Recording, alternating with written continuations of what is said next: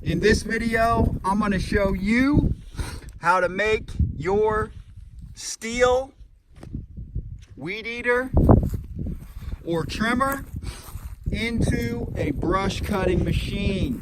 See the way it goes through that thick brush?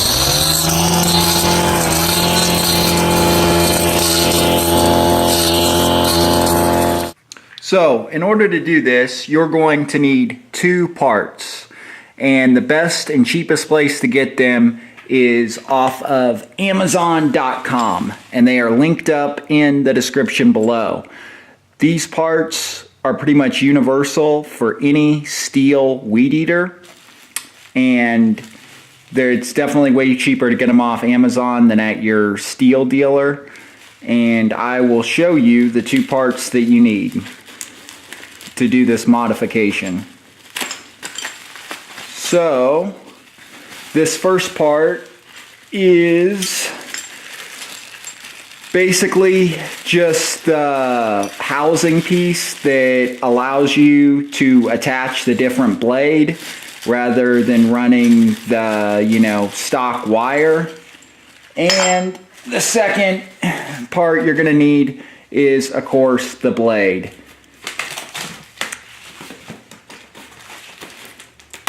And both these parts, like I said, are linked up in the description below.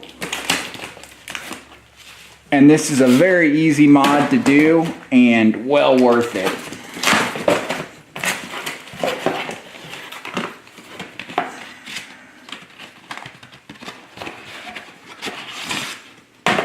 Check out that bad boy. That thing will do some damage. So, we got this piece,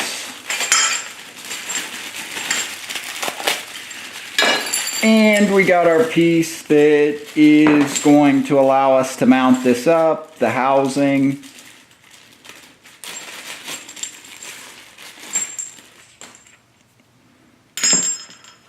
Nut. Alrighty, so now that we got all those parts out of the packaging, what I would recommend doing is laying them all out in order. So the first thing that's going to go on is this washer plate, and it's going to go on the shaft like this. So we'll put that right here. The next thing that's going to go on is the blade.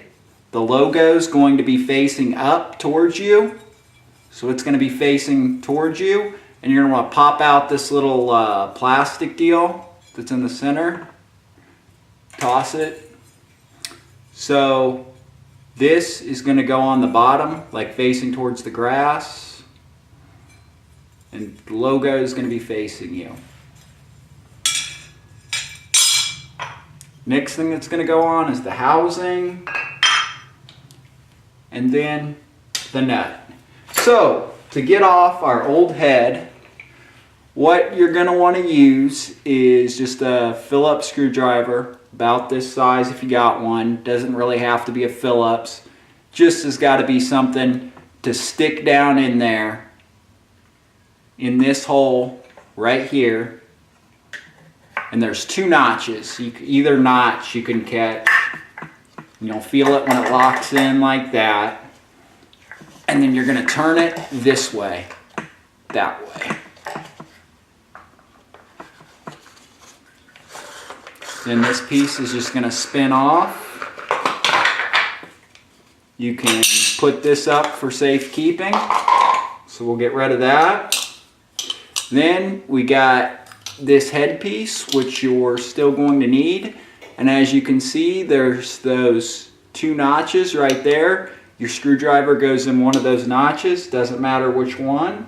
So we're going to slide this thing back on, and if you just put it on like just a little bit, you can peek down in there and just make sure that it's lined up with your screwdriver. We get our screwdriver lined up, put that all the way on. Then we got all our parts in order, so this is going to go next. this raised up part's going to be facing towards our blade. So we just slide that on in the notches like this. Then we put our blade on. This, the logo, is going to be facing up. This is going to be facing towards the grass. So you want to hold that on there, and you want to make sure that the blade, you know, is centered right in where that raised part is. It'll sit right in there. Then next the housing, and you're going to want to still hold on to your blade while you slide on the housing, and then put pressure on the housing. Oh, also for this nut, you're going to need a 19 millimeter. And these are reverse threads. So it's going to be the way you normally tighten it, you're going to tighten it, you're going to loosen it. If that makes sense. It's opposite of what it would normally be. So I'm going to spin it back towards me. Make sure our screwdriver is still in there to hold it in the notch. Then we're going to get our 19 millimeter ratchet and socket.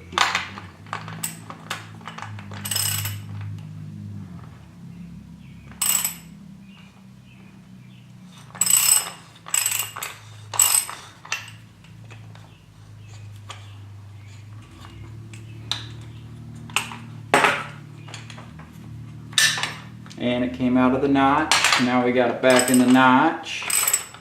Then you're going to tighten it down pretty good.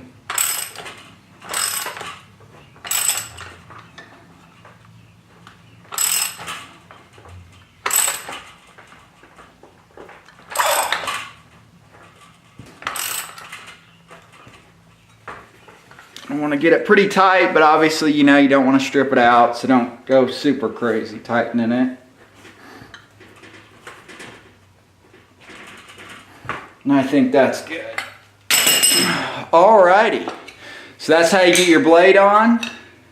Then we'll start her up.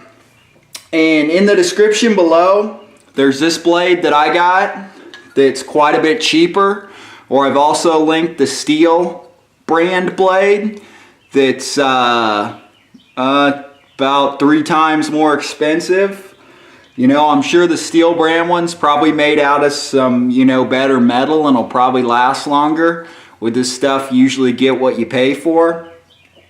I just got, you know, the cheaper one because I just wanted to see how it'd work and stuff. But, yeah, both those are linked up in the description below. And then you got to buy the little housing adapter set separate. And that's only like $7. And then this blade was only, I think, like $14, and the Stihl one is like 30-ish, almost 40-ish. So let's start it up, see how she works.